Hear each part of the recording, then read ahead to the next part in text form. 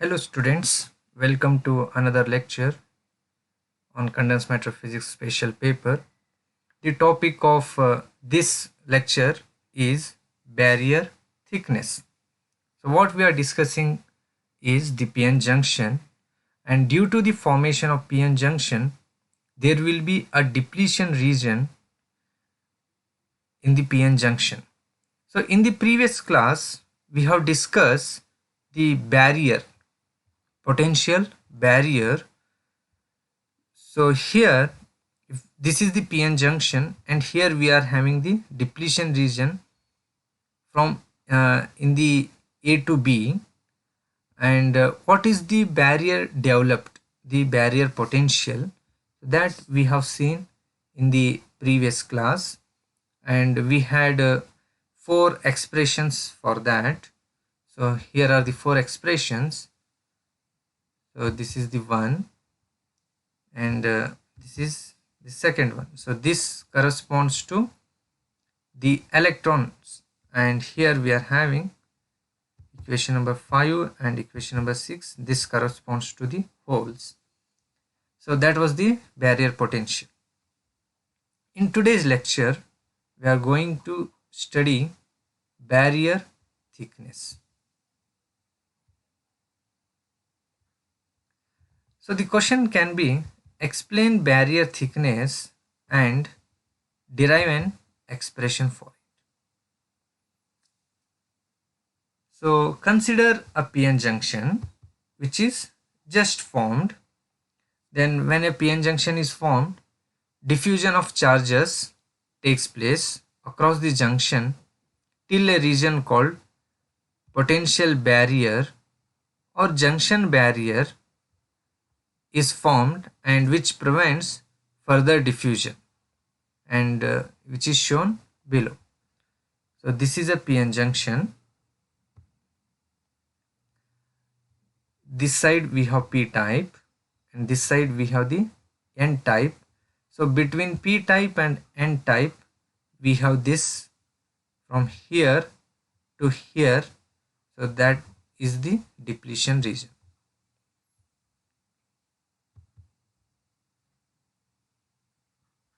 So this and this. So this is the depletion region. So here we have the depletion region. So again what we will do is that we will consider this point exactly in the center. This has the origin. So on this side, from here to here we have the p-type material, and from here we have the n-type material. So from here to here we are having the depletion region. And in the previous class, so we have seen what is the potential developed in this depletion region, and in today's class we are going to study the barrier thickness.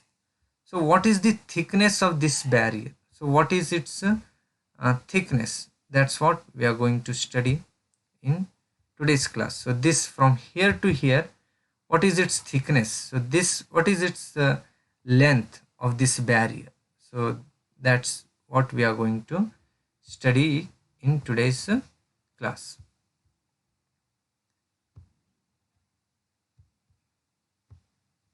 Okay, so for that what we will do is, so to study that, so we will introduce a coordinate system.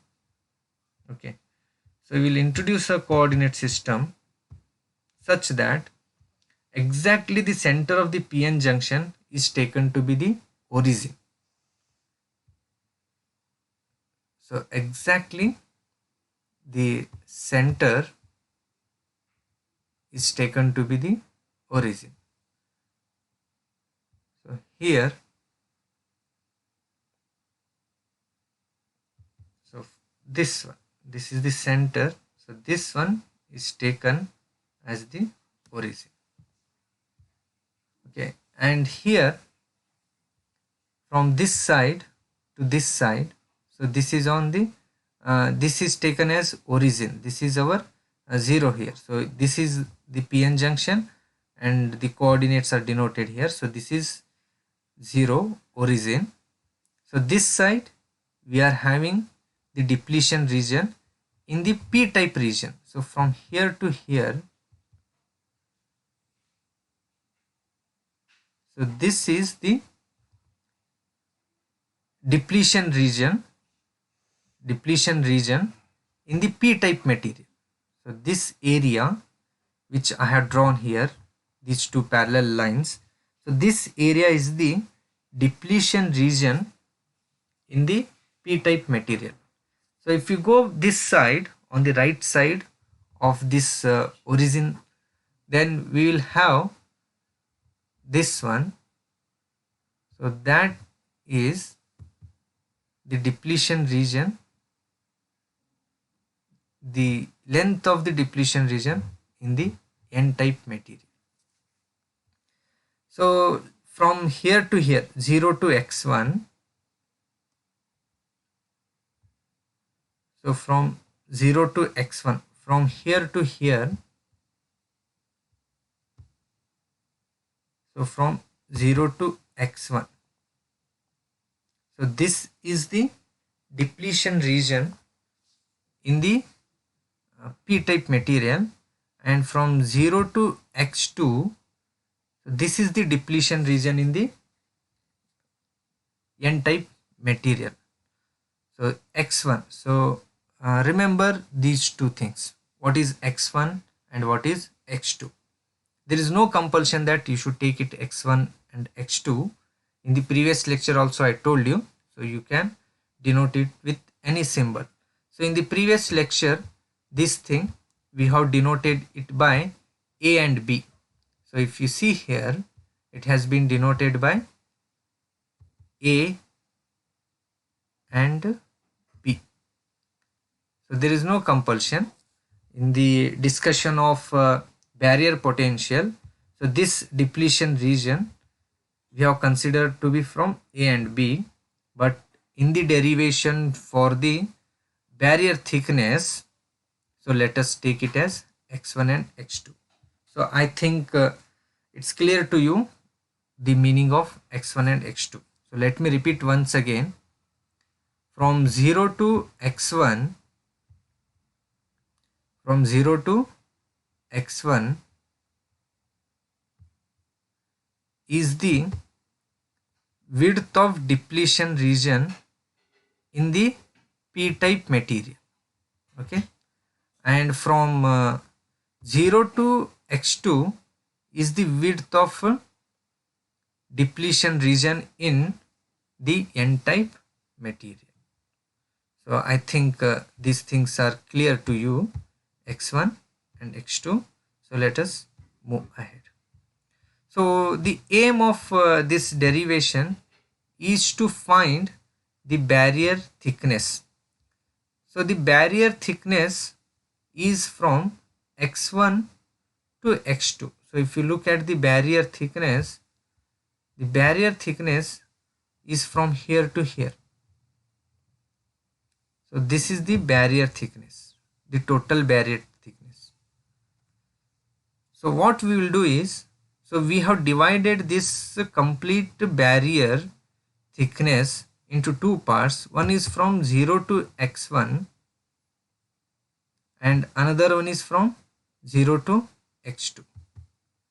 So the idea is that, so we will find x1 and we will find x2 separately.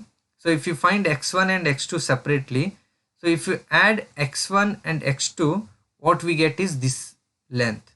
So that is nothing but our barrier thickness.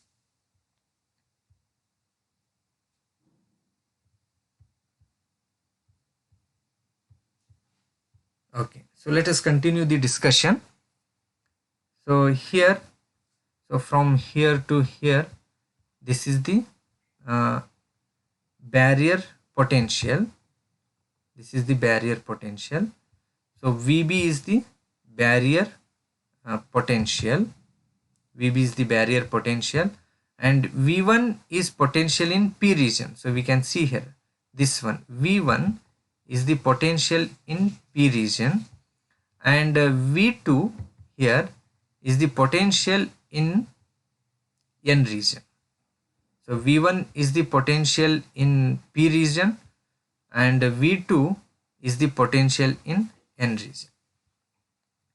So let x1 and x2 be the widths of potential barrier in P and N sides respectively.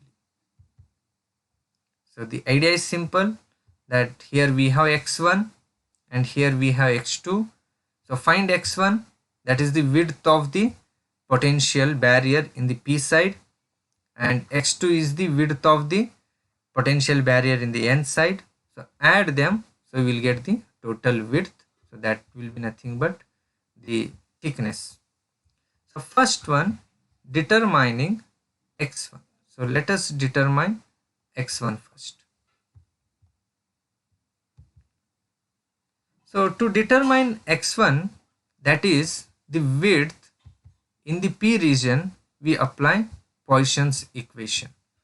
So the equation which we are seeing here, equation number 1, this is the Poisson's equation. D square V by dx square is equal to minus rho by epsilon. So this is the Poisson's equation. So to determine x1, we are going to use the Poisson's equation. So here V is voltage, and rho is volume density of charge. So if you consider the P region, then rho will be equal to minus E n subscript A. So here, if you consider the P region, then rho, the volume density of charge, will be minus E into Na. So where Na is the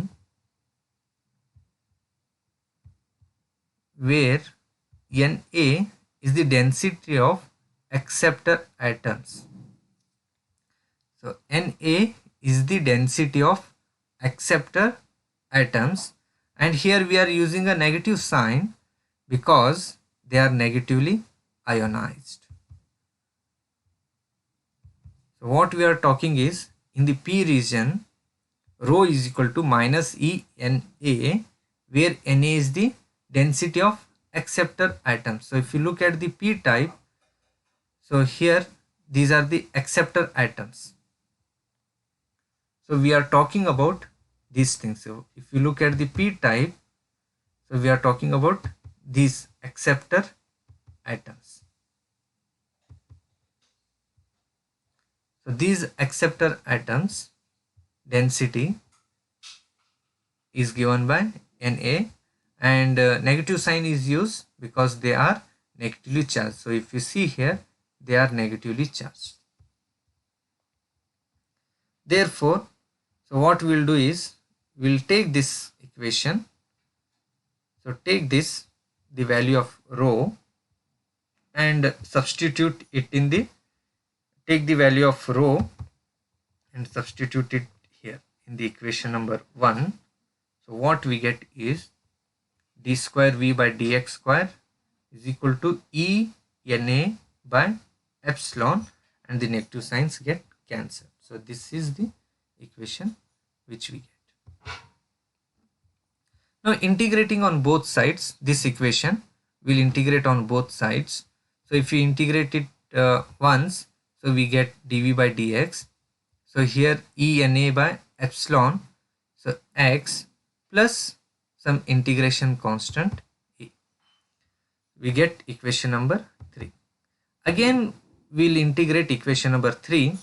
Then here dV by dx, so we get V, and again if we integrate it once again, so we get, this is the constant taken out, so the integration of x will be x square by 2, then here it will be ax, and integration constant is added once again, so we get equation number 4. So where a and b are constants. Now finding a and b by applying boundary conditions. Now we need to solve equation number 4. So we need to find the value of the constants a and b, and this is done by applying the boundary conditions. So we assume that at the right hand side of the depletion region, v is equal to 0 when x is equal to 0 as shown in the above figure. So we are assuming one point. So we assume here, so we are assuming one point that v is equal to 0 when x is equal to 0. Okay, so let us go back to our diagram. So here, so what we are doing is, so at this point, so at v x is equal to 0 point, so at this point v is equal to 0, we are assuming, sorry, at x is equal to 0, we are assuming that the potential is 0. So exactly at the origin or at the center, we are assuming, it's the assumption that the potential at this point is 0. So at x is equal to 0, v is equal to 0. So substituting v is equal to 0 and x is equal to 0 in equation number 4. So here we have the equation number 4. So what we will do is, we will substitute this v is equal to 0 and x is equal to 0 in equation number 4. So on substituting, so look at equation number 4. So v is equal to 0. So we get on the LHS 0. Then x is equal to 0 means both these two terms will reduce to 0. Wherever x is there, that will reduce to 0.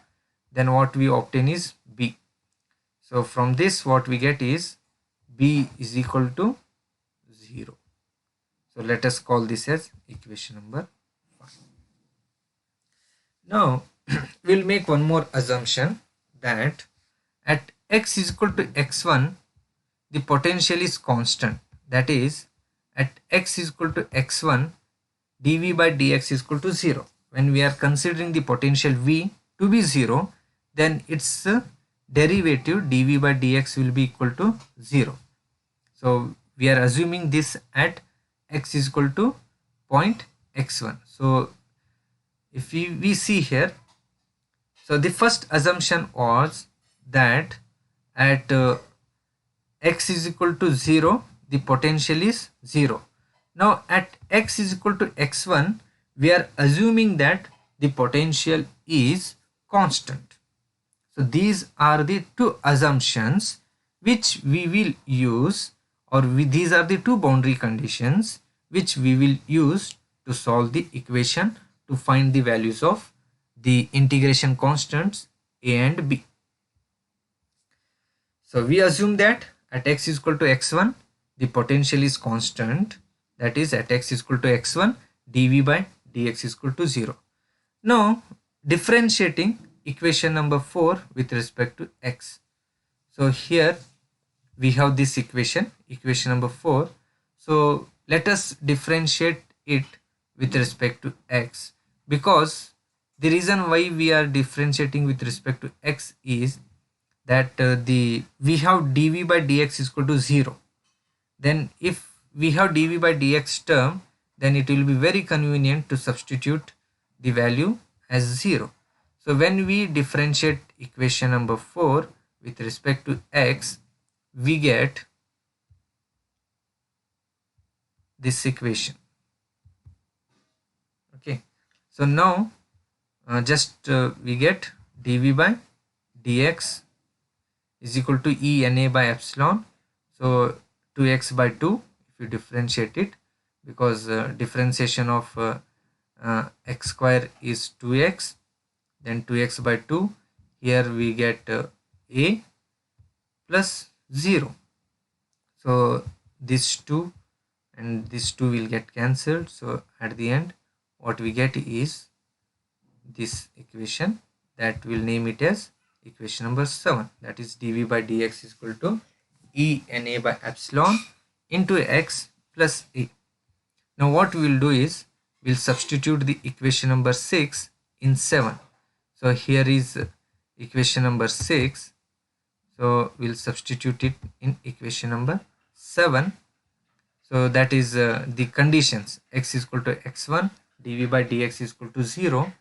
So if we substitute it here, then on this side, so dv by dx, that will become 0.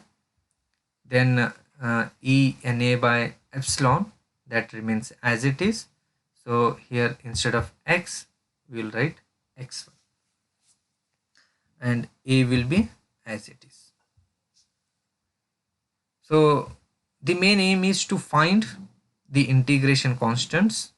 So we have find the integration constant here, b is equal to 0, 1 we have find. So here in this, if we just rearrange this equation, we will get another integration constant a, that is e na by epsilon x1, that we will call it as equation number 8. And here what we have done is we have neglected the negative sign. So if you substitute this, we get a negative sign, and we have neglected that negative sign. So now we got the value of b here in equation number 5, and we got the value of a in equation number 8. So substituting 5 and 8 in equation number 4. So this is equation number 4. So let us substitute equation number 5 and 8 in equation number 4. So we get v is equal to e na by epsilon x square by 2 plus e na by epsilon x1 x. So again, if v is equal to minus v1 at x is equal to minus x1, so again look at the diagram. So here at x is equal to minus x1, so this is on the negative side. So at x is equal to minus x1, v is equal to minus v1. So if v is equal to minus v1 at x is equal to minus x1, we get, so we are just again substituting the things. So here we get v is equal to minus v1, and here this as it is, and here we'll get minus sign. Here minus sign will come. So x is equal to minus x1, we'll substitute.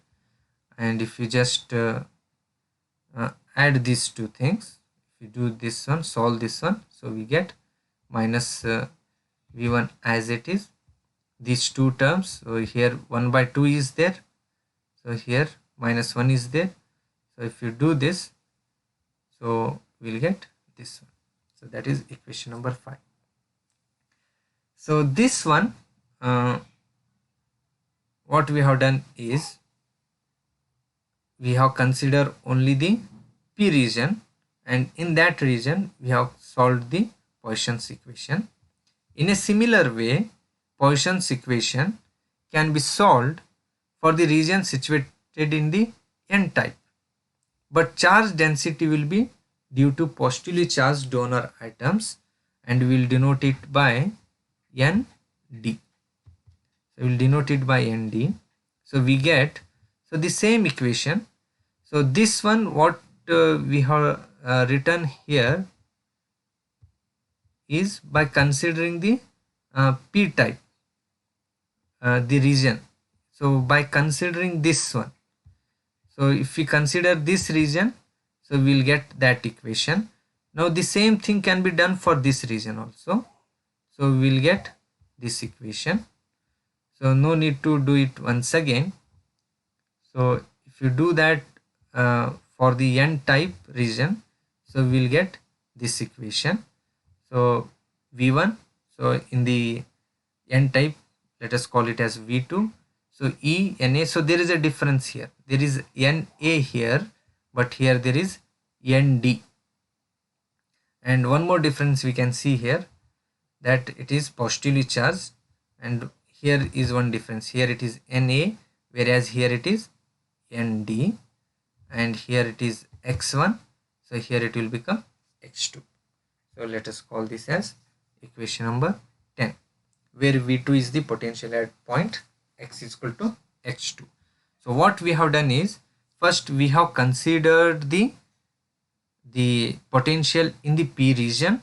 We have found the value of the potential in that region, and the similar argument we will do for the uh, barrier in the N region, and similarly we write from equation number 9 we write equation number 10. So there are some differences in that. Now, so again this is all mathematical. So potential barrier uh, in the junction is, so if what we have obtained here is minus V1 and minus V1 and V2. So that is the potential here, this is minus V1 here and V2 here. That's what we have obtained. So potential barrier at the junction is VB. The total potential barrier will become V2 minus of minus V1. So that will give us V2 plus V1. So that can also be written as V1 plus V2. Now substituting the values of V1 and V2, so we substitute these values V1 and V2. So we get VB is equal to, so we will take the common E by 2 epsilon. So we get equation number 11. The equation of charge neutrality is that ENA x1 is equal to END x2. So this is the equation of charge neutrality. ENA x1 is equal to END x2. So the charges are same. So totally if you consider, so it is neutral. So we get this one. So the density on this side, on P side, will be equal to the density on the N side. So from this equation we'll get the value of x2. So that, let us call it as equation number 12.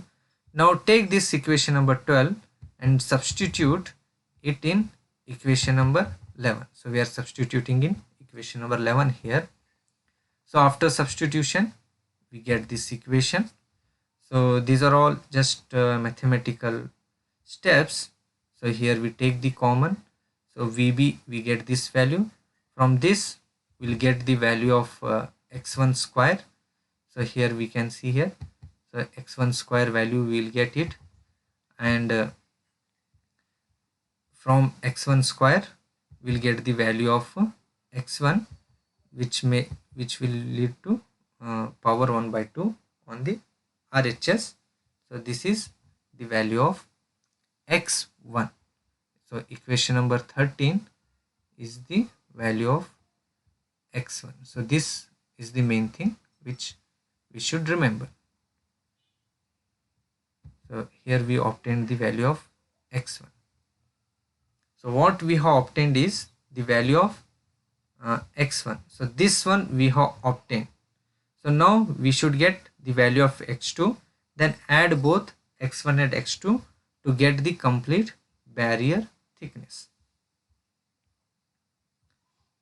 So we got the value of x1. So now what we will do is, so substituting 13 in 12. So we will substitute, so 13 in 12. So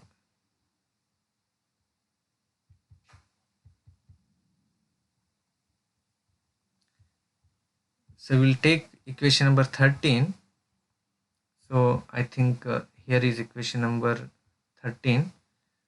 So we'll take equation number 13 and we'll substitute in equation number 12. So if you do that, then these are the steps here. So these are the steps,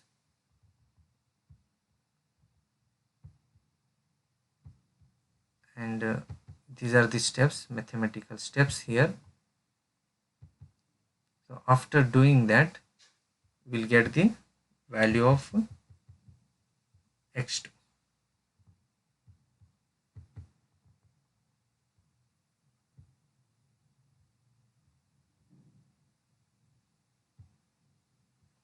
So here we will get the value of x2.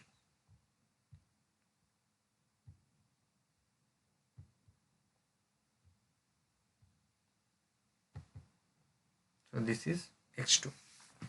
So total width of depletion layer is x is equal to x1 plus x2. So again, these are all mathematical terms, mathematical steps. So x is equal to add both the x1 and x2. So we got the x1 value here and we got the x2 value here. So add both the things, take common, then at the end, if you take the common and if you do this mathematical terms, we get the value of x, and this is the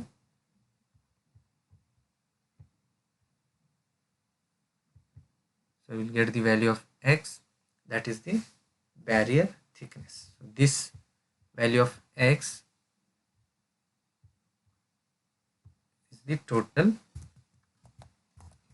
barrier thickness.